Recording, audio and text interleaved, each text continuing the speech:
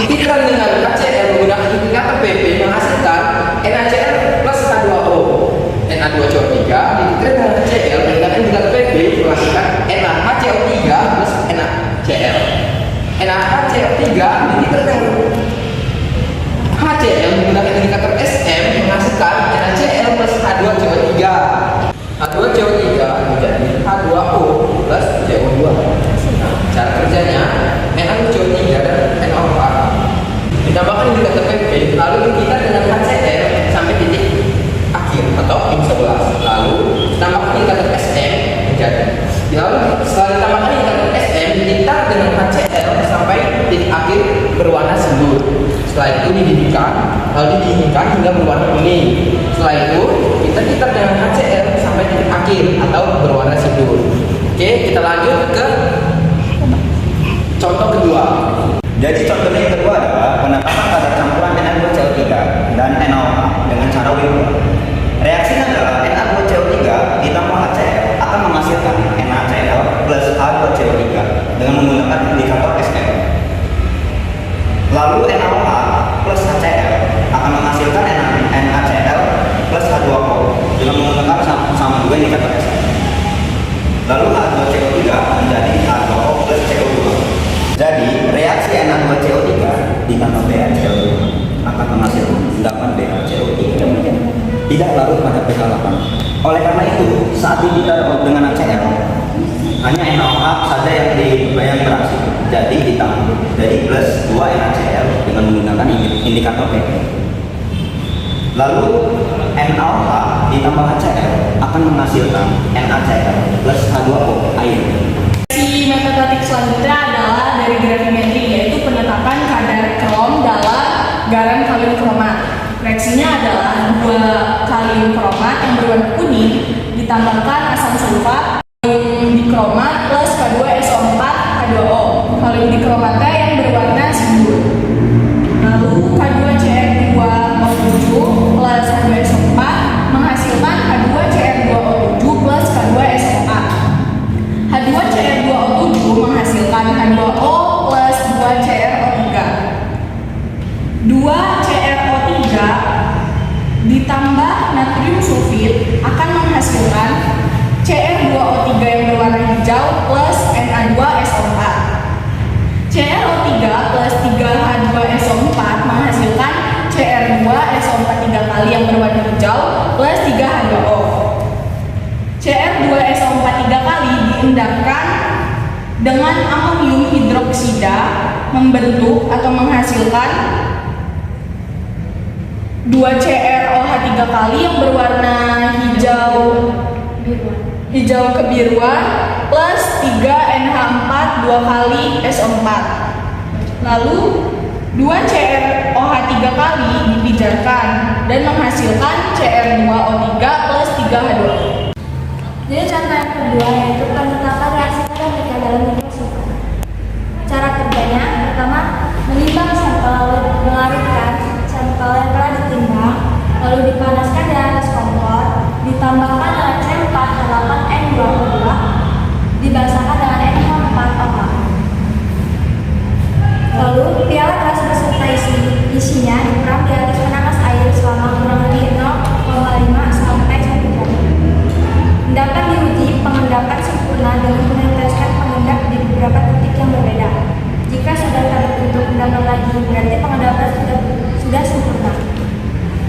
Lalu endapan disaring dengan cawan kaca masker G2 atau G3 yang telah diketahui terlebih dahulu bobot kosongnya serta dicuci dengan air sulit panas hingga bebas pengotor sulfat. Selanjutnya, cawan kaca pasir dan endapan dibilas dengan air sulit dan alkohol 1:1.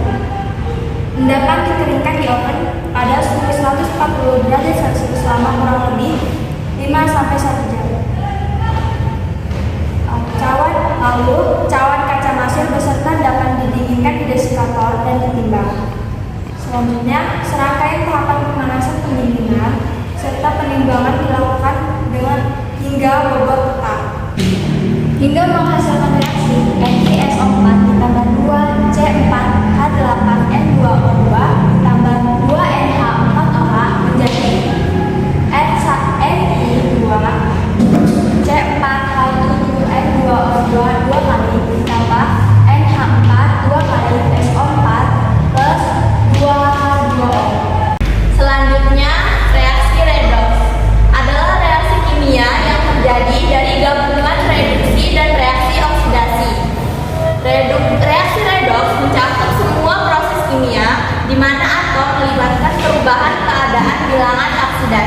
stabilos. Pada praktikum trimetri, contohnya adalah pada standarisasi KMNO4 dengan Na2C2O4. Senyawa natrium oksalat merupakan standar yang baik untuk permanganan dalam larutan asam. Reaksi antara KMNO4 dengan natrium oksalat sedikit rumit dan berjalan lambat pada suhu ruangan sehingga perlu dilakukan pemanasan sebelum dilakukan titrasi, yang kemudian menghasilkan reaksi Na2C2O4 plus H2SO4 menjadi Na2SO4 plus H2C2O4. Lalu 2KMNO4 plus 3H2SO4 menjadi H2SO4 plus 2MnSO4 plus H2O plus 5ON. Reaksi redoks selanjutnya dari praktikum proksimat, standarisasi iodium dengan natrium tiosulfat Na2SO3. Cara kerjanya, masukkan Na2S2O3 0,1 N ke dalam buret, masukkan 12 ml I2 ke dalam Erlenmeyer, tambahkan Aquades hingga 100 ml. Titrasi I2 dengan Na2S2O3 hingga titik akhir kuning pucat. Lalu titrasi dengan menambahkan indikator amilium 5 tetes hingga titik akhir biru tepat hilang, hingga menghasilkan reaksi I2 plus 2Na2S2O3 menjadi 2NaI plus Na2S4O6. Reaksi selanjutnya dari parameter lingkungan, yaitu pengujian oksigen terlarut metode ionometri.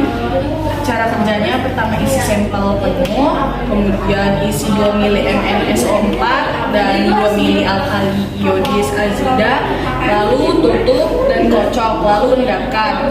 Terus buang 100 ml larutan yang jernih. Kemudian isi 2 ml H2SO4, kemudian kocok hingga endapan larut.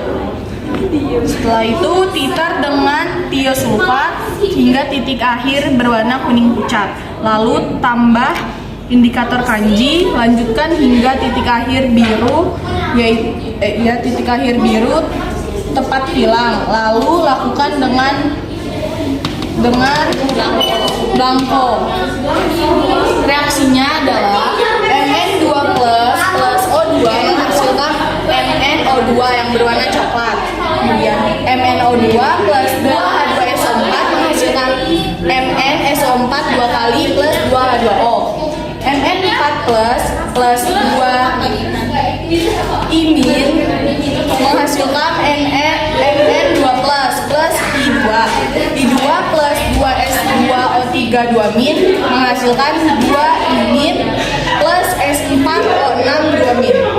Selanjutnya adalah reaksi kompleks, adalah reaksi yang terjadi bila melibatkan lebih dari satu tahapan atau reaksi elementer.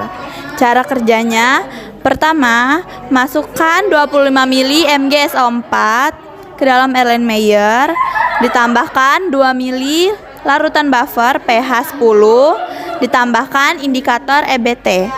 Lalu, titrasi dengan larutan EDTA dengan titik akhir biru, lakukan duplo. Larutan EDTA yang ada di dalam buret adalah yang telah distandarisasi, yang akan menghasilkan reaksi Mg2 plus HIN2 min berwarna biru menjadi MgIN min merah anggur plus H plus.